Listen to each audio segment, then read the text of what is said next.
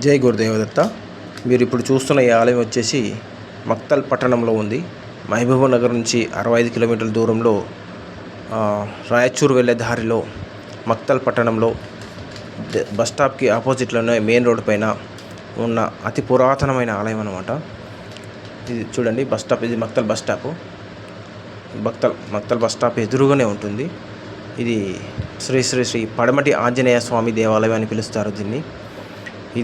ఈ ఆలయ విశేషానికి వస్తే, ఈ ఆలయము శ్రీ జాంబవంతుల వారు ప్రతిష్ఠించారనమాట. అతి పురాతనమైన ఆలయం అనమాట. చాలా విశేషమైన ఆలయం. మీరు కూడా చూడండి, చాలా బాగుంటుంది. మీరు ఇట్లా కురువాపురము, రాయచూరు అట్లా వెళ్ళేటప్పుడు ఎప్పుడైనా చూడవచ్చు. మార్గ మధ్యంలో రోడ్డు పైనే ఉంటుంది, మెయిన్ రోడ్డు పైన. ఈ ఆలయం విశేషం ఏంటంటే, ఇక్కడ స్వామివారు రోగాల్ని, క్యాన్సర్ వంటి మహారోగాల్ని, ప్లస్ అపమృత్యు దోషాల్ని, శని దోషాల్ని, శనికి సంబంధించిన అన్ని రకాల దోషాల్ని, అపమృత్యు దోషాల్ని, అలాంటివన్నీ తొలగించడంలో చాలా సుప్రసిద్ధులు అనమాట స్వామివారు. ఇక్కడ చూడవచ్చు, మనము శ్రీ వినాయకుని దర్శించుకోవచ్చు. ఇక్కడ అర్చకులు ఉన్నారు. అర్చకులు వారు వంశపారంపర్యంగా ఇక్కడ అర్చన చేస్తూ ఉంటారు. ఈ అర్చకుల ఇంటర్వ్యూ తీసుకుందాం అనుకున్నాను, కానీ వాళ్ళు చాలా కొద్దిగా బిజీగా ఉండడం వల్ల మనం ఆలయం సందర్శిస్తాము. ఇక్కడ వచ్చేసి ఈ ఆలయం చూడండి, ఇక్కడ ఆంజనేయ స్వామి వారు ఉన్నారు. ఈ ఆలయంకి ఇంకొక విశేషం ఏంటంటే, ఈ ఆలయంకి పైకప్పు ఉండదన్నమాట. లోపల మెయిన్ ప్రధాన ఆలయంలో గర్భగుడికి పైకప్పు ఉండదు. అయితే ఎన్నిసార్లు కూడా పైకప్పు వేద్దామని, స్లాబ్ వేద్దామని ప్రయత్నించినా కానీ అది బీటల వారి పగిలిపోయేదనమాట. అప్పుడు స్వామివారు అర్చకులకి కలలో కనిపించి, సూర్యోదయం మొదలు సూర్యాస్తములోపు పైకప్పు వేస్తేనే అది ఉంటుంది, లేతే నిలవదని స్వామివారి కలలో చెప్పారు. ఇంకా అప్పటి నుంచి ఈ గుడికి లోపల పైకప్పు అనేది ఉండదన్నమాట. ఇది ధ్వజస్తంభం చూసుకోవచ్చు. ఇక్కడ స్వామివారి పాదాలు కూడా ఉంటాయి, దర్శించుకుందాము. ఈ స్వామివారి పాదాలు దర్శించుకోండి. స్వామివారి వాహనము పడమటి ఆంజనేయ స్వామి అనమాట. ఈ ఆంజనేయ స్వామి దేవాలయం, పడమటి ఆంజనేయ స్వామి అనే దేవాలయం, క్యాన్సర్ వంటి రోగాలను కూడా ఇక్కడ స్వామివారు నయం చేస్తారు. చూడండి స్వామివారు, మన స్వామివారిని చూసాము. ఇదే స్వామివారి మూలమూర్తి, ప్రధానమూర్తి అనమాట. కొద్దిగా పడమటి వైపు వంగి ఉంటారనమాట స్వామివారు.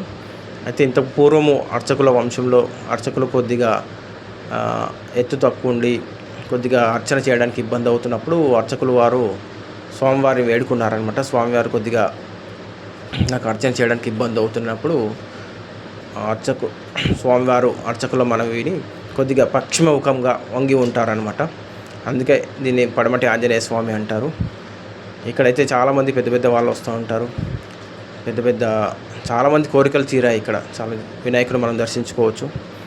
పెద్ద మినిస్టర్స్, ఎంపీలు, ఎమ్మెల్యేలు వాళ్ళు కూడా వస్తూ ఉంటారు. ముఖ్యంగా ఇక్కడ ప్రసిద్ధి ఏమిటంటే శని దోషాలు. చూడండి స్వామివారి ఇది చరిత్ర అనమాట. అక్కడ ఉంటుంది, శని దోషాలన్నీ తొలగిపోతాయి ఇక్కడ పడమటి ఆంజనేయ స్వామి. శని దోషాలు, అపమృత్యు దోషాలు. ఒక చరిత్ర ఏం చెబుతుందంటే, ఒక ముంబైలో ఉన్నటువంటి ఒక బాలునికి క్యాన్సర్ వంటి మహారోగం కూడా తొలగిపోయిందని చెప్తారు. నేను ఈ ఆలయం సంబంధించిన చరిత్ర అది మొత్తం మీకు డిస్క్రిప్షన్లో ఇస్తాను, టెక్స్ట్ రూపంలో. మీరు ఒకసారి చూడండి. ఈ ఆలయం దర్శించుకుంటూ మాత్రం చాలా మనసుకు హాయిగా, ప్రశాంతంగా, ఆహ్లాదకరంగా ఉంటుంది. ఇక్కడ శనివారంలో చాలా బిజీగా ఉంటుంది. శనివారం, మంగళవారం, అమావాస్య, పౌర్ణమి అప్పుడు చాలా బిజీగా, రష్గా ఉంటుంది ఆలయం చూడడానికి చిన్నగా ఉన్నా కానీ చాలా మహిమాన్వితమైన ఆలయం. మీరు కూడా రండి, దర్శించుకోండి. ఇది మహబూబ్ నగర్ పట్టణం నుంచి ఒక 65 కిలోమీటర్లు, హైదరాబాద్ నుంచి 170 కిలోమీటర్లు ఉంటుంది.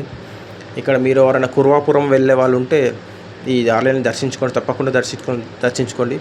కురువాపురం వెళ్తుంటారు కదా చాలామంది, ప్రతి నెల కురువాపురం వెళ్తుంటే శ్రీపాద వల్లభ దర్శనానికి వెళ్ళే ముందు వచ్చే రిటర్న్లలో మీరు ఇక్కడ ఈ ఆలయం దర్శించుకోండి.